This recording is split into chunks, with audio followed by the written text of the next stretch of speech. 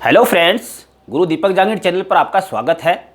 दोस्तों, एक कहावत काफ़ी प्रसिद्ध है, मन के हारे हार है, मन के जीते जीत है। दोस्तों, इस कंपटीशन की तैयारी में आप तभी जीत सकते हैं जब अपने मन में जीत सुनिश्चित कर रखी हो।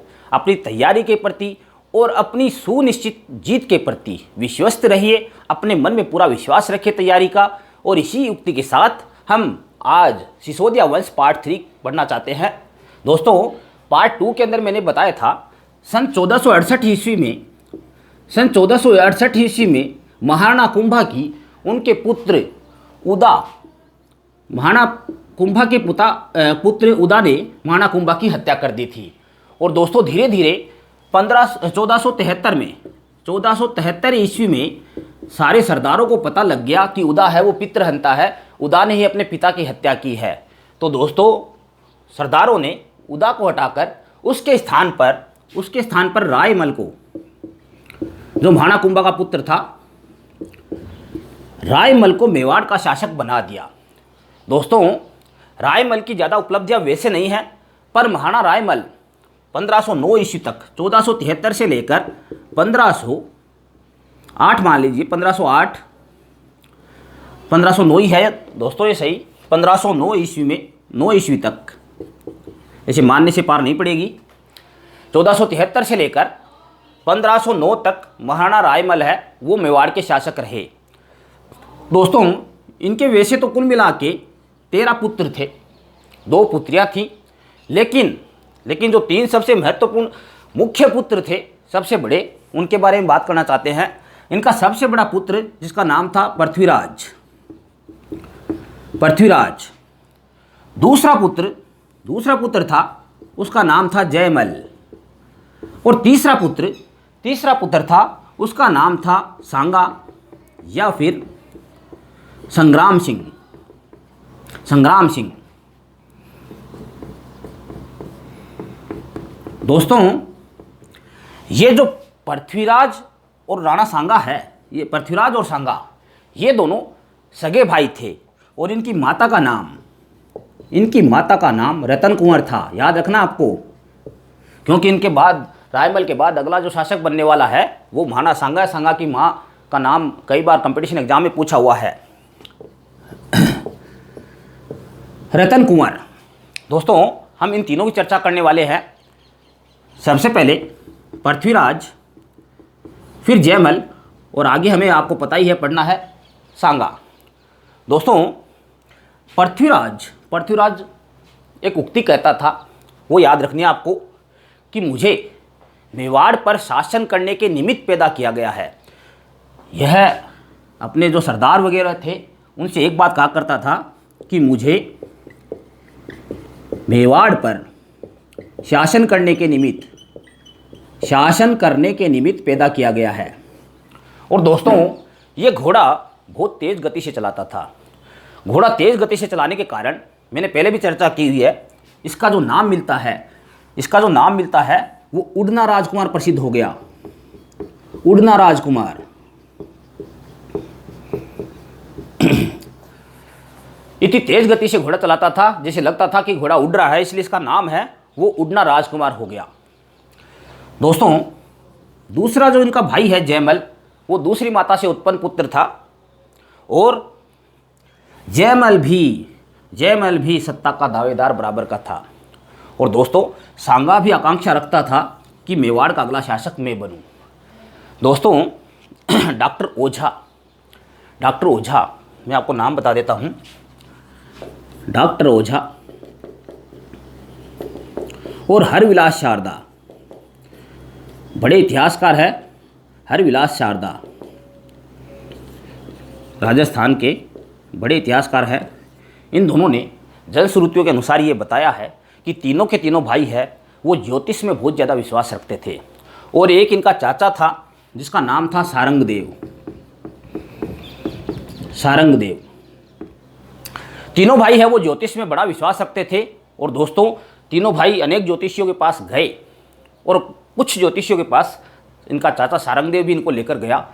हर बार ज्योतिषियों ने सबसे प्रबल दावा सांगा का ही बताया। इसलिए अब मैं आपको दो कहानियाँ बताना चाहता हूँ छोटी सी। सारंग देव इनको एक पुजारी के पास, ज्योतिष के पास लेके गया और वहाँ पर सांगा का दावा मजबूत जब बताया गया उसके द्वारा, ज्योतिष के द्वारा, तो पृथ्वीराज ने सांगा पर आक्रमण कर दिया। तलवार की मूठ से, तलवार के कोने से इसकी एक आंख फूट गई। सारंग देव ने इसकी आंख का काफ़ी इलाज करवाया, परंतु ये एक आंख से काना हो गया। दोस्तों थोड़े दिनों बाद फिर से सारंग देव ने इन सबको मनाया और भीमल गांव की एक चारण देवी थी, वो याद रखना, आपको गांव याद रखना है, भीमल गांव। पूछा हुआ प्रश्न है ये, भीमल गांव की चारण थी, एक चारण पुजारीन। ये प्रश्न आया हुआ है दोस्तों परीक्षा में। भीमल गांव की चारण पुजारीन के पास ले गया सारंग देव और वहाँ पर फिर से इस पुजारी से पूछा गया कि मेवाड़ का शासक, अगला शासक कौन बनेगा इन तीनों में से। उसने भी सांगा का दावा सबसे प्रबल बताया। दोस्तों वहीं युद्ध हो गया और वहीं युद्ध होने के कारण सारंग देव ने सांगा को बचाव कर, कैसे भी बीच बचाव करके सांगा को बचाया। सांगा भाग गया और सांगा अजमेर की तरफ भाग गया। ये अजमेर वाली बात बाद में करेंगे। अब आप ये सोच रहे होंगे कि ये तीनों ज्योतिष के पास जा रहे थे तो रायमल क्या कर रहे थे। दोस्तों रायमल इस बारे में निर्णय नहीं कर पाए कि मेरा अगला उत्तराधिकारी है वो कौन बनेगा। लेकिन दोस्तों अब ज्योतिष की बात सच है या नहीं ये मैं नहीं कहता, लेकिन सांगा का जो रास्ता है शासक बनने का वो अपने आप ही बनता गया। देखिए कैसे बनता गया। पृथ्वीराज की एक बहन थी आनंदाबाई। और दोस्तों ये आनंदाबाई है, ये सिरोही के राव जगमाल के साथ इसकी शादी हुई थी। राव जगमाल, ऐसा समाचार मिला पृथ्वीराज को कि राव जगमाल है वो आनंदाबाई को परेशान करते हैं, काफ़ी प्रताड़ना देते हैं। तो पृथ्वीराज है अपने बनोई को समझाने के लिए सिरोही गया। जगमाल बहुत ही तेज आदमी था, इसने सारी बात पृथ्वीराज के हाँ में हाँ मिलाई। और दोस्तों जब ये वापस लौट रहा था समझाने के बाद, तो राव जगमाल ने विष युक्त, बंदेज की गोलियों से युक्त लड्डू है इसको बांध दिए, इसने खाए और रास्ते में ही ये मर गया। जो पहला दावेदार है इस मेवाड़ की गद्दी का, उसकी मृत्यु हो गई। दोस्तों अब बात करते हैं दूसरे दावेदार की, जयमल। ये जयमल राठौड़ नहीं, ध्यान में रखना है, ये जयमल सिसोदिया है। जयमल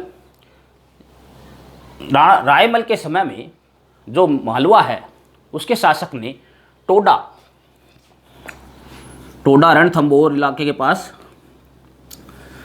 टोडा इलाके में उस समय राव सुल्तान शासन कर रहे थे। राव सुल्तान, मालवा के शासक ने टोडा को जीतकर राव सुल्तान को वहाँ से हटा दिया। राव सुल्तान जो है वो भागकर रायमल के पास आ गया। इसकी एक पुत्री थी जो अति सुंदर थी, जिसका नाम था ताराबाई। दोस्तों ये ताराबाई को साथ लेकर गया रायमल के पास। इसने ताराबाई जो अति सुंदर थी उसकी शादी की एक शर्त लगा रखी थी कि जो भी मुझे टोडा जीत के दे देगा उस राजकुमार के साथ मैं ताराबाई की शादी कर दूंगा। दोस्तों ऐसा कहा जाता है कि जयमल ने ताराबाई से शादी करने के लिए ज़बरदस्ती की और इस ज़बरदस्ती के कारण राव सुल्तान ने जयमल को तलवार से मार दिया।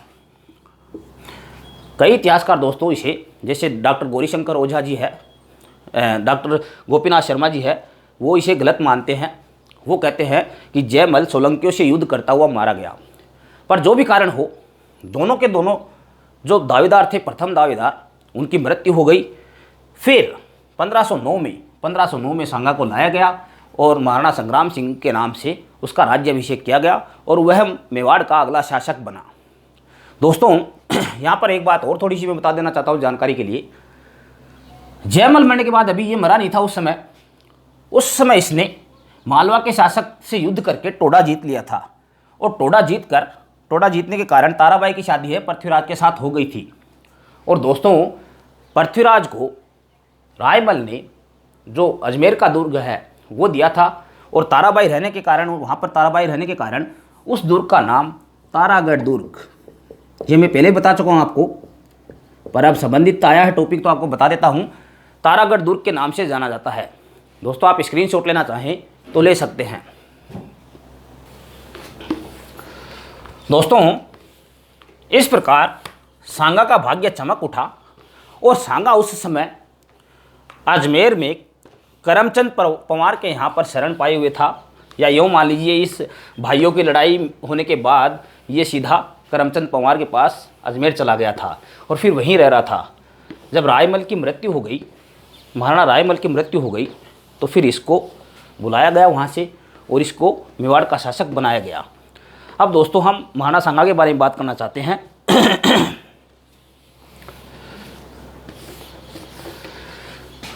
इसका मैं नाम लिख देता हूँ, राणा सांगा। इसका शॉर्टकट नाम मानिए या जो लोकप्रिय नाम था, वैसे इसका नाम महाराणा संग्राम सिंह था। संग्राम सिंह है। दोस्तों इसकी माता का नाम मैंने पहले ही बता दिया आपको, रतन कुंवर था। और इसका जन्म, महाराणा सांगा का जन्म जो है वो 12 अप्रैल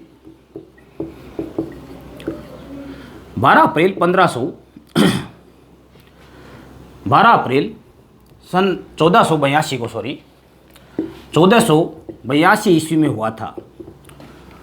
और दोस्तों इसके पिता रायमल की मृत्यु के बाद इसका राज्याभिषेक जो है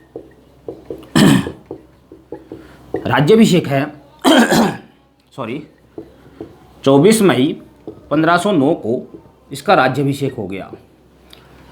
दोस्तों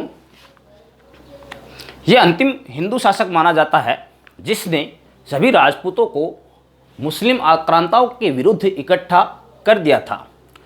इसलिए दोस्तों इसकी एक उपाधि हिंदू पथ मिलती है। ध्यान रखना, आपको अच्छी तरह से पूछी हुई उपाधि है, ये प्रश्न पूछा हुआ है। एक दोस्तों ऐसा माना जाता है कि इसके शरीर पर लगभग 80 घाव थे। पहला घाव मैं बता चुका हूँ, आँख फूट गई थी।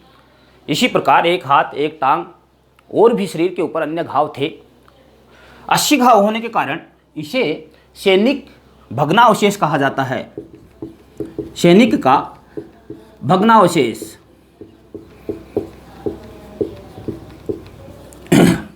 दोस्तों ये उपाधियाँ इसी की है, एक तो ये ध्यान रखना हमें।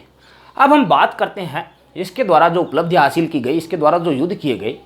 तो दोस्तों सबसे पहले खातौली का युद्ध देखते हैं। मैं इसे मिटा देता हूँ, ज़्यादा इंपॉर्टेंट चीज़ें हैं वो अब आ रही है।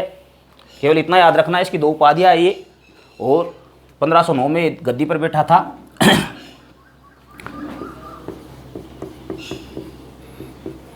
खातौली का युद्ध। दोस्तों उस समय दिल्ली की गद्दी के ऊपर इब्राहिम लोदी बैठा था। सिकंदर लोदी की मृत्यु हो गई थी, उसके बाद इब्राहिम लोदी बैठा था। और इधर सांगा की शक्ति बढ़ती जा रही थी और उधर दिल्ली का शासक नहीं चाहता था किसी भी जो क्षेत्रीय शक्ति है उसकी शक्ति ज़्यादा बढ़े। इसलिए खातौली में सन 1517 ईस्वी में युद्ध हुआ। और दोस्तों इस युद्ध में राणा सांगा की विजय हुई। इसमें सांगा की विजय हुई। दोस्तों ये जो खातौली है ये पूछा हुआ है कहाँ पे है, तो दोस्तों वर्तमान समय में ये बूंदी जिले में है। वर्तमान समय में ये बूंदी जिले में, आपको याद रखना है। पहले चेंज हो गया इसलिए वेरी इंपॉर्टेंट बन गया ये। पहले ये पिपला तहसील कोटा में था, लेकिन ये क्षेत्र बाद में बूंदी में शामिल हो गया। इसलिए ध्यान रखना है कि खातौली का जो क्षेत्र है, खातौली का जो युद्ध क्षेत्र है वो बूंदी जिले में है। इसी के साथ दोस्तों राणा सांगा ने इब्राहिम लोदी की सेना को बुरी तरह यहाँ पे परास्त किया। इसके बाद बदला लेने के लिए बाड़ी या धौलपुर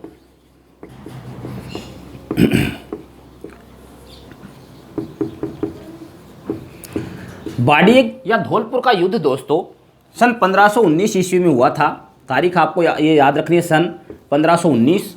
इब्राहिम लोदी की सेनाएं हैं वो महाराणा सांगा से बदला लेने के लिए, इस विजय का बदला लेने के लिए यहाँ पर युद्ध करने आई। और इसमें जो सेनापति थे सांगा की ओर से, इसकी ओर से, लोधी की ओर से, वो थे मियाँ मक्खन और मियाँ हुसैन फरमूली। दोस्तों, इस युद्ध में भी सांगा ने इब्राहिम लोदी को जोरदार तरीके से हराया। इस जीत का उल्लेख बाबरनामा में मिलता है। बाबरनामा में इस युद्ध में राजपूतों की विजय का उल्लेख मिलता है। ये आपको एक तो याद रखना दोस्तों। आप स्क्रीनशॉट लेना चाहें ले सकते हैं। इसके बाद में हम अगला युद्ध देखना चाहते हैं। और दोस्तों, अगला युद्ध गागरोन का युद्ध। गागरोन का युद्ध, 2 युद्ध हो गए इसके शुरुआत में ही, और इसने 1517 और 19 के अंदर काफ़ी अच्छी विजय हासिल करके आसपास अपनी धाक जमा ली थी। दोस्तों, गागरोन के युद्ध की बात करते हैं। गागरोन का जो युद्ध है वो भी 1519 में ही हुआ था, 1519 ईस्वी। ये दोस्तों मालवा के शासक महमूद खिलजी द्वितीय है। मैंने कुंभा के समय आपको महमूद खिलजी प्रथम बताया था, वो भी याद रखना आपको। महमूद खिलजी सेकंड, मालवा। ये मालवा का शासक था महमूद खिलजी द्वितीय। इससे युद्ध हुआ। युद्ध क्यों हुआ उसके बारे में हम बात करना चाहते हैं। यहां पे दोस्तों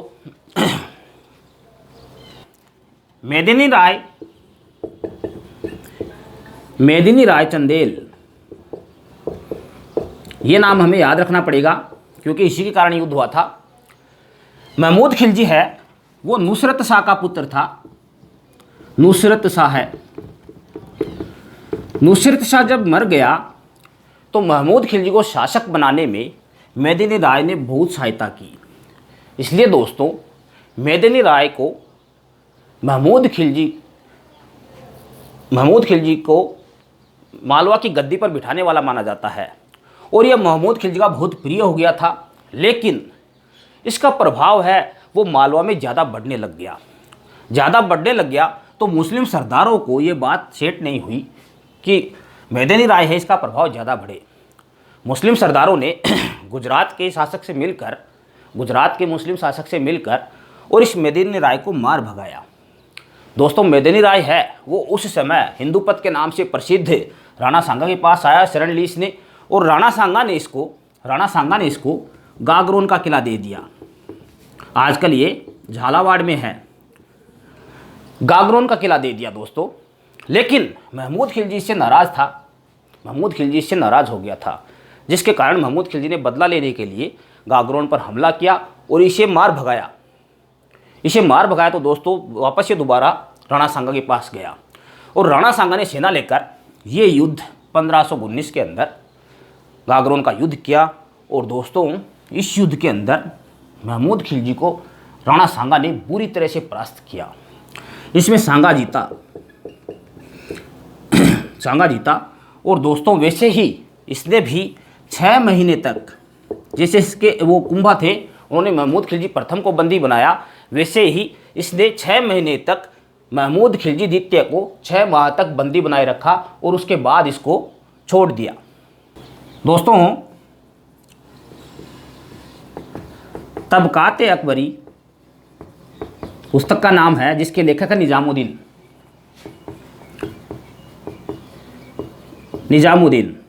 इसने भी महाराणा के इस उदार व्यवहार की प्रशंसा की है कि 6 माह बंदी बनाने के बाद किसी शासक को स्वतंत्र कर दिया। इसके बाद दोस्तों अगले युद्ध की बात करना चाहते हैं। इधर ही मैं कर देता हूं ताकि एक स्क्रीन में ही आ जाए सारा का सारा। ईडर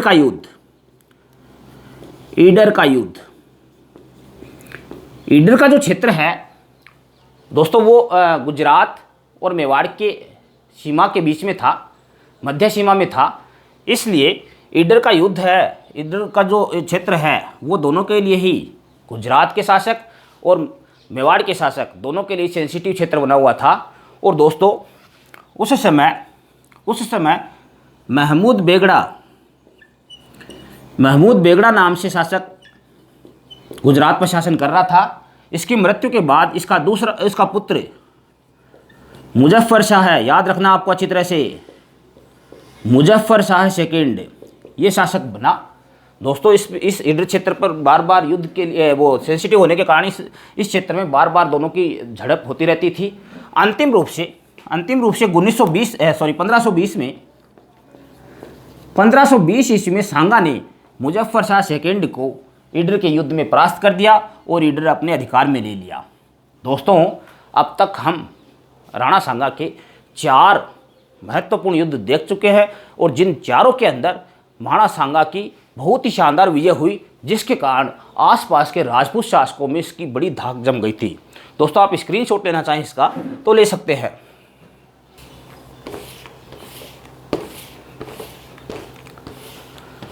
दोस्तों इसके बाद हम देखते हैं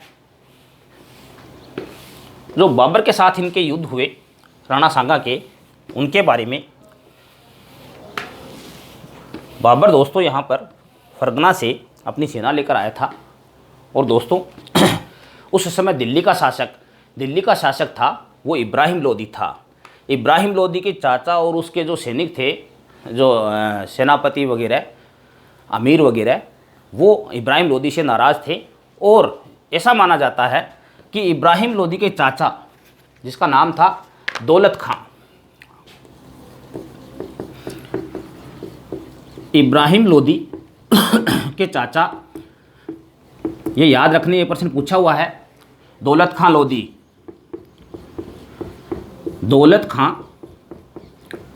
लोदी और दोस्तों इब्राहिम लोदी का चचेरा भाई आलम खां लोदी।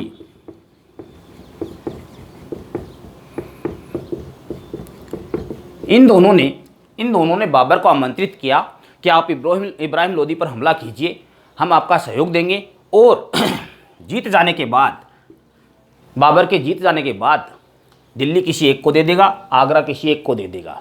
ऐसा दोस्तों बाबरनामा में लिखा हुआ है, इसलिए ये वेरी मोस्ट बन गया। दोस्तों 21 अप्रैल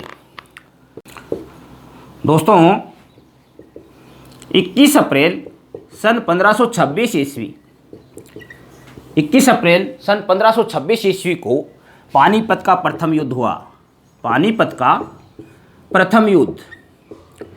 ये युद्ध दोस्तों इब्राहिम लोदी और बाबर की सेनाओं के मध्य हुआ। और दोस्तों पानीपत आपको पता ही है, पानीपत जो है वो वर्तमान समय में हरियाणा राज्य में पड़ता है, हरियाणा में। इस युद्ध में दोस्तों इब्राहिम लोदी युद्ध स्थल में ही मारा गया। एक बात तो यह कि इब्राहिम लोदी युद्ध स्थल में ही मारा गया। दूसरा, इस युद्ध में भारत में पहली बार किसी भी युद्ध में बारूद का प्रयोग, यह आपको याद रखना है, इस युद्ध में सबसे पहले बारूद का प्रयोग बाबर ने किया। दोस्तों ये घटना 21 अप्रैल 1526 की है। इसके बाद में बाबर की सेनाओं का मनोबल है वो बढ़ गया, दिल्ली बाबर के अधिकार में आ गया और आगरा जो है वो राणा सांगा और जो बाबर है उसके बीच की सीमा बन गई। दोस्तों जब इसके सैनिक है पानीपत से वापस लौट रहे थे बाबर के, तो 16 फरवरी सन 1527 ईस्वी, आपको तारीख याद रखनी है, 16 फरवरी सन 1527 ईस्वी को बाबर और राणा सांगा की सेनाएं बयाना में आपस में भिड़ गई। इसे बयाना का युद्ध कहा जाता है, बयाना का युद्ध। और दोस्तों बयाना जो है वो वर्तमान समय में भरतपुर में पड़ता है, भरतपुर। बयाना के युद्ध में दोस्तों राणा सांगा की जो सेना है उसने बाबर के सैनिकों को बहुत बुरी तरह से परास्त किया। बाबर के सैनिक है वो डरकर भाग गए और पहली बार उनका सामना राजपूतों से हुआ। इस युद्ध में दोस्तों सांगा की जीत हुई। यहाँ तक दोस्तों आप स्क्रीनशॉट लेना चाहे ले सकते हैं, फिर हम मोस्ट जो युद्ध है उसके बारे में चर्चा करेंगे। दोस्तों हम महाराणा सांगा की सबसे महत्वपूर्ण और अंतिम युद्ध के बारे में बात करना चाहते हैं। ये 5 युद्ध हमने इनके पढ़ लिए हैं और 5 युद्धों के अंदर शानदार विजय महाराणा सांगा की हुई। महाराणा सांगा की धाक है वो आसपास के क्षेत्रों में जम गई। दोस्तों, खानवा का जो युद्ध है, खानवा का युद्ध, यह युद्ध दोस्तों 17 मार्च सन 1527 ईस्वी में हुआ था। और दोस्तों, मेवाड़ के पुरोहितों की एक पुस्तक मिलती है जिसका नाम है मेवाड़ का संक्षिप्त इतिहास। मेवाड़ का संक्षिप्त इतिहास।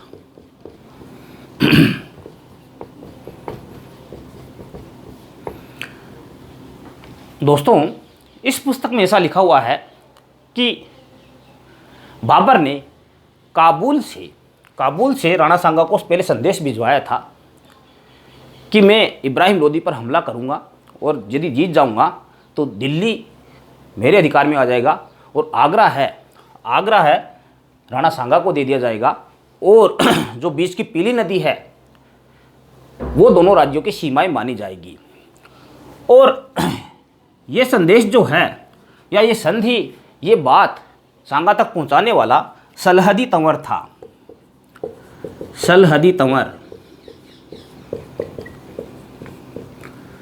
एक तो ये दोस्तों। दूसरा दोस्तों, बाबरनामा में बाबर ने सांगा पर आरोप लगाया है कि सांगा ने मेरे को आमंत्रित किया लोदी पर हमला करने के लिए, और जब मैं सेना लेकर आया तो सांगा ने मेरा साथ नहीं दिया, मुझे अकेला छोड़ दिया, इसलिए सांगा से मेरे को युद्ध करना पड़ा। ऐसा बाबर ने बाबरनामा में लिखा है। लेकिन दोस्तों, इतिहास की कोई भी अन्य पुस्तक इस बात का वर्णन नहीं करती है, इस बात का उल्लेख नहीं करती है कि महाराणा सांगा ने बाबर को बुलाया। और आप और हम भी जान सकते हैं, हम इतिहास के स्टूडेंट्स हैं, 5 युद्ध लगातार जिसने बड़े जीते हैं, जिसकी धाक आसपास में जम गई, इब्राहिम लोदी को जिसने 2 बार बड़े युद्धों में पराजित किया, उसको इब्राहिम लोदी से जीतने के लिए बाबर को बुलाने की क्या आवश्यकता थी। तो दोस्तों, साफ है कि बाबरनामा में कहीं ना कहीं कुछ न कुछ गलत लिखा हुआ है। अब हम बात करते हैं दोस्तों इस युद्ध की। दोस्तों, जो बयाना का युद्ध बताया मैंने, बयाना के युद्ध में राजपूतों के साहस और वीरता को जो बाबर के सैनिक है वो देख चुके थे। एक तो उससे वो भयभीत हो गए थे क्योंकि उस युद्ध में वो हार गए थे, भाग गए थे। दूसरा, एक बाबर का ज्योतिष था जिसका नाम था मोहम्मद शरीफ।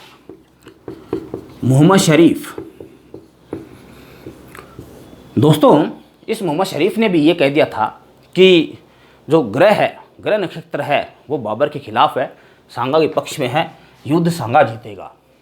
ऐसी बातें होने के कारण सारे के सारे सैनिक डर गए। सारे सैनिक डरने के कारण बाबर ने उन्हें तरह तरह के लोभ दिए, उनको युद्ध करने के लिए प्रोत्साहित किया। जैसे उसने कहा कि मैं शराब नहीं पीऊँगा, उसके सैनिकों ने कहा पियो न पियो, हमें मरने से डर लगता है, हमने सुना है कि राजपूत या तो मरते हैं या मारते हैं। उसके बाद दोस्तों, बाबर ने उनको चांदी का सिक्का वगैरह देने की भी बात कही, लेकिन उन्होंने सैनिकों ने मना कर दिया कि मरने के बाद सिक्के किस काम के। लास्ट में दोस्तों, बाबर ने जो हथियार अपनाया उसका नाम था जिहाद। बाबर ने कहा यह धर्म युद्ध है, आप सभी सैनिक कुरान के हाथ लगाकर ये शपथ लो कि या तो युद्ध में मरेंगे या मारेंगे। ये धर्म युद्ध है, धर्म के लिए युद्ध है। दोस्तों, इस नारे के साथ ही सैनिकों में उत्साह आ गया और खानवा में 17 मार्च 1527 ईस्वी को लगभग सुबह के 9 साढ़े 9 बजे का टाइम, खानवा का जो क्षेत्र है वो गंभीरी नदी के किनारे, याद रखना आपको, गंभीरी नदी के किनारे, तहसील रूपवास, जिला भरतपुर। ये प्रश्न पूछे हुए हैं परीक्षा में, तीनों के तीनों। 9:30 बजे के आसपास, 9 साढ़े 9 बजे के आसपास दोनों सेनाओं के अंदर भयंकर युद्ध हुआ। उसके बाद दोस्तों, सांगा को है एक तीर लग गया, जिसके कारण सांगा बेहोश हो गया। दोस्तों राणा सांगा को तीर लगा जिससे वे बेहोश हो गए। बेहोश हो गए तो सेना में भगदड़ न मच जाए, हलचल न मच जाए, इसलिए हलवद के शासक, हलवद काठियावाड़ में है, हलवद काठियावाड़ में उस समय हलवद के शासक झाला अज्जा, आपको नाम याद रखना अच्छी तरह से, प्रश्न पूछा हुआ है परीक्षाओं में। झाला अज्जा, झाला अज्जा ने महाराणा सांगा का मुकुट, राज चिन्ह है, वो खुद पहन लिया ताकि सेना में भगदड़ न मचे और सेना ऐसा ही सोचे कि राणा सांगा है, युद्ध क्षेत्र में मौजूद है। दोस्तों राणा सांगा बेहोश हो गए। बेहोश होने के बाद इनको सबसे पहले, ये याद रखना आपको, सबसे पहले बसवा ले जाया गया। इनको पालकी में बसवा दौसा में है, बसवा में ले जाया गया। और ले जाने वाले जो थे उनमें मुख्य रूप से नाम याद रखने आपको, अखेराज, ये सिरोही के राजा थे, अखेराज, और दूसरा पृथ्वीराज कछवाहा। ये कछवाहा नाम से पता लग गया होगा आपको, ये आमेर के शासक थे। ये भी इस युद्ध में आए हुए थे सांगा की तरफ से। ये दोनों हैं मुख्य रूप से इसे राणा सांगा को बसवा दौसा में ले गए। दोस्तों उसके बाद जो ही सांगा को होश आया और पता लगा कि युद्ध के अंदर खानवा के युद्ध में हार हो गई है, तो सांगा बदला लेने के लिए तैयार हो गए कि अभी के अभी युद्ध करेंगे, वापस सेना इकट्ठी की जाए। दोस्तों हालत इसके अंदर, युद्ध के अंदर खराब हो गई थी राजपूतों की, काफ़ी सैनिक मारे गए थे और उसी समय युद्ध करना संभव नहीं था। तो इसलिए बसवा में सांगा का चबूतरा बना हुआ है। सांगा का चबूतरा एक स्मारक है महाराणा सांगा का। दूसरा इनकी अंत्येष्टि है, महाराणा सांगा की अंत्येष्टि जो है वो मांडलगढ़ में हुई थी। मांडलगढ़ भीलवाड़ा में है मांडलगढ़। तो सांगा की जो छतरी है, महाराणा सांगा की छतरी है, वो मांडलगढ़ में बनी हुई है। दोस्तों आप स्क्रीनशॉट लेना चाहे ले सकते हैं। हम 5-4 मिनट की या और शॉर्ट में थोड़ी सी चर्चा करेंगे इस युद्ध के बारे में।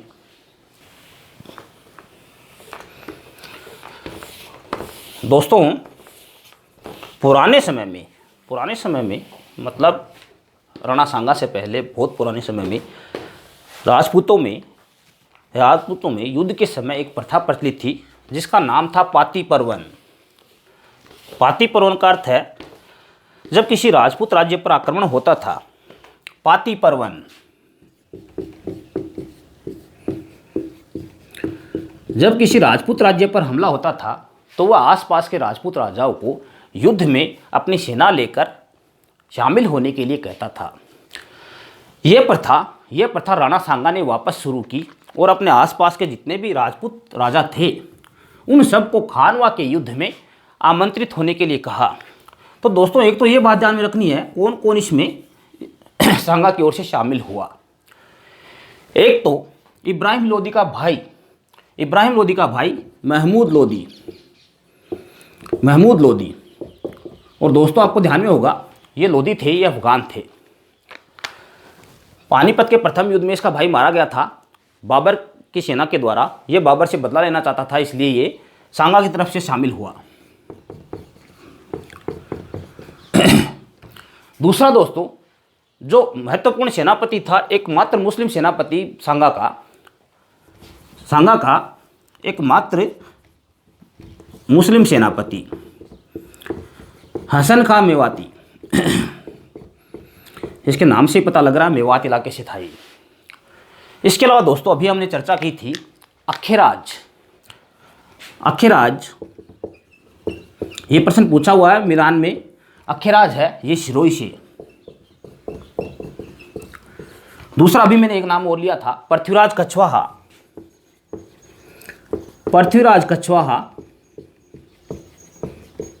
कछवाहा आमेर से। इसके अलावा दोस्तों जो राठौड़ थे जोधपुर के, मालदेव, राव गंगा का पुत्र मालदेव राठौड़ है ये मारवाड़ से। मारवाड़ से। इसके अलावा हमने देखा था जो झाला अज्जा है वो हलवद से, झाला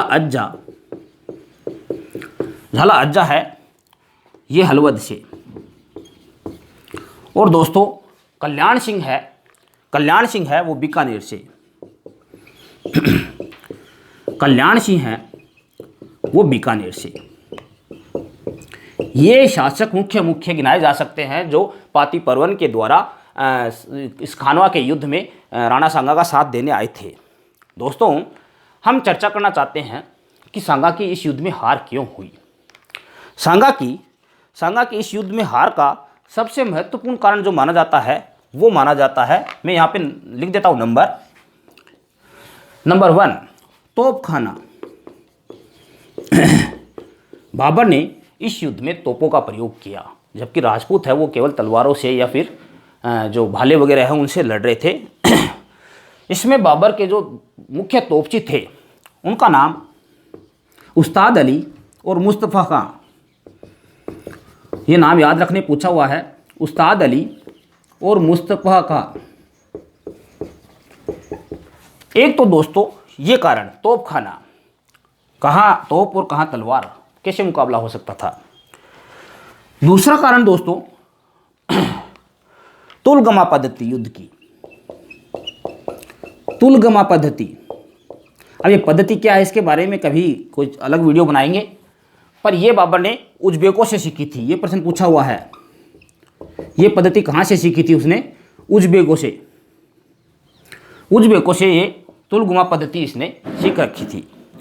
और तीसरा जो कारण है वो ऐसा माना जाता है, इतिहासकार इस निष्कर्ष पर पहुंच रहे हैं कि सलहदी तंवर जो था, सलहदी तंवर ये सांगा की तरफ से था, लेकिन इसका विश्वासघात, ऐसा मान रहे हैं कि इसने विश्वासघात किया युद्ध के समय, काफ़ी बड़ा हिस्सा है वो लेकर सेना का बाबर की तरफ शामिल हो गया, ऐसा कई इतिहासकार मानते हैं।